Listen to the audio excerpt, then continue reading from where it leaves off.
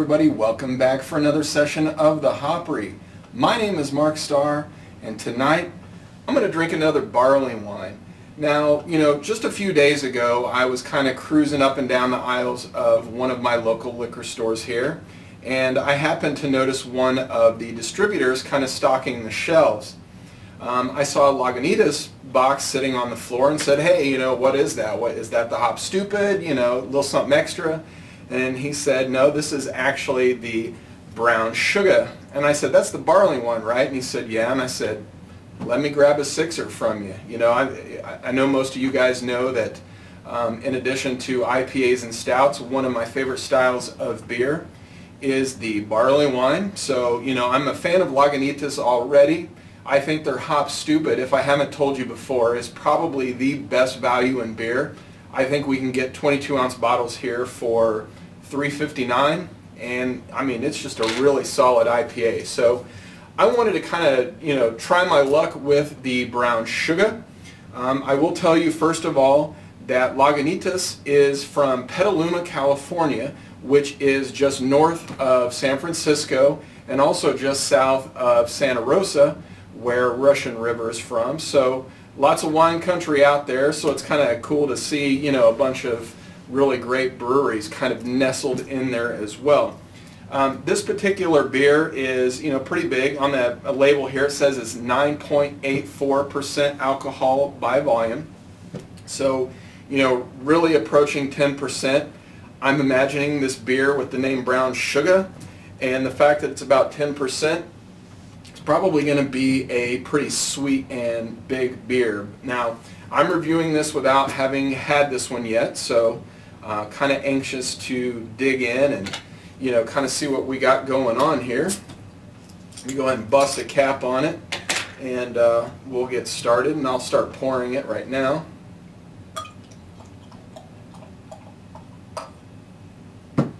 Alright, Lagunitas brown Shugga.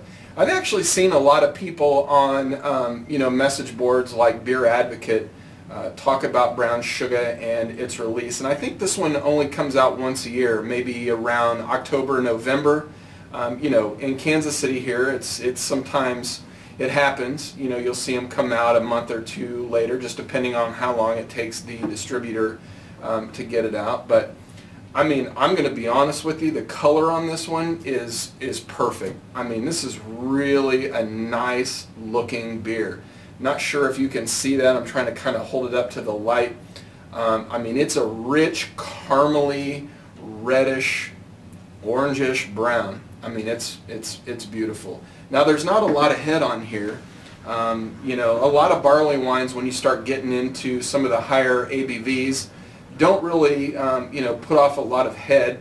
You can see I kind of gave that in a vigorous swirl, and I've got maybe a finger of head. So, and it's pretty loose bubbles in there, pretty soapy, I guess you could say, somewhat foamy, not real tight, but anyway, really kind of a nice looking beer. You can see it when I kind of tilt it from side to side, that head and that viscosity, that's what it's telling me, is just really gripping the side of the glass. So, well, I'm going to go ahead and stick my nose in there and get to smelling this bad boy.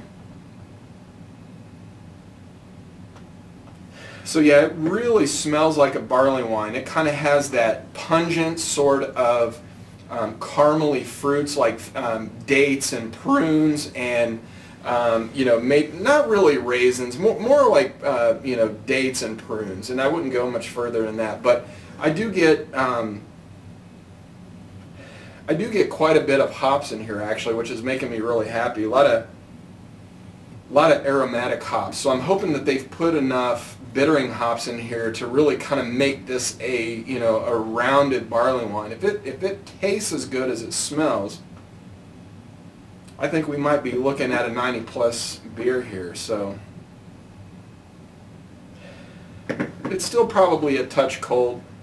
I did sit this one outside for a minute here in Kansas City. I think it's the first part of January. I mean, it's like 30 below outside. It's ridiculous how cold it's been here lately. And I pulled this one right off the basement, right out of my basement. I have them all in boxes. stuck it outside for maybe 15-20 minutes, and it's already cold. So the hops are really coming out. Again, the caramelness, the brown sugar definitely in there. I can really kind of smell that, you know, when you open a bag of brown sugar and it's nice and moist. Definitely get that. But I'm going to go ahead and taste it.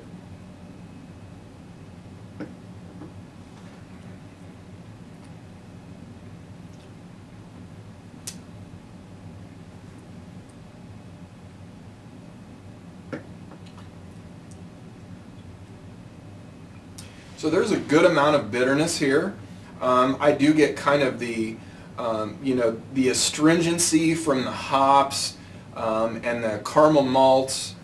I do taste a little bit of brown sugar. It's not overwhelmingly, you know, heavy on the brown sugar.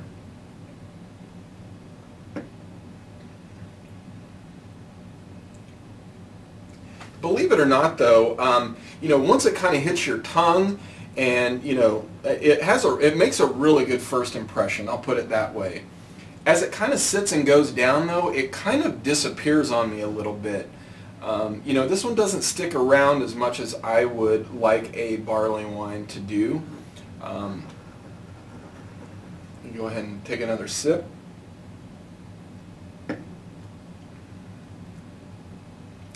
And you know, there's a slight alcohol burn here. I mean, it's pretty hard to deny that you're going to get a little bit of alcohol when you talk about these types of beers that have, you know, about 10% alcohol or even more than that, which, you know, yesterday I reviewed the Bourbon County Stout. Lots of alcohol in that one, yet it was pretty smooth. But yeah, not a bad beer. You know, I'll be honest, I'm not completely blown away here. It's decent. I'm not mad that I bought a six-pack, I'll put it that way. I guess my main problem with this one is that I really wish the hops were more present. You know, how this kind of tastes to me today is what I would imagine the beer to taste like after about 8 to 12 months. You know, once you get these barley wines that do have a lot more hops, over time the hops start to die out, and really what you're left with is a lot of the caramel malts, and that's kind of how this one is. It's kind of leaving me really wanting more hops. I can get them in there, but they're just not at the forefront like I would have hoped. So, and again, maybe this just needs to warm up a little bit. It is a little bit chilly. I would say this is probably around, I don't know, 45 degrees right now, 42 to 45 degrees. It's going to need to warm up another 3 or 4 to 5 degrees before it really kind of opens up, I think. But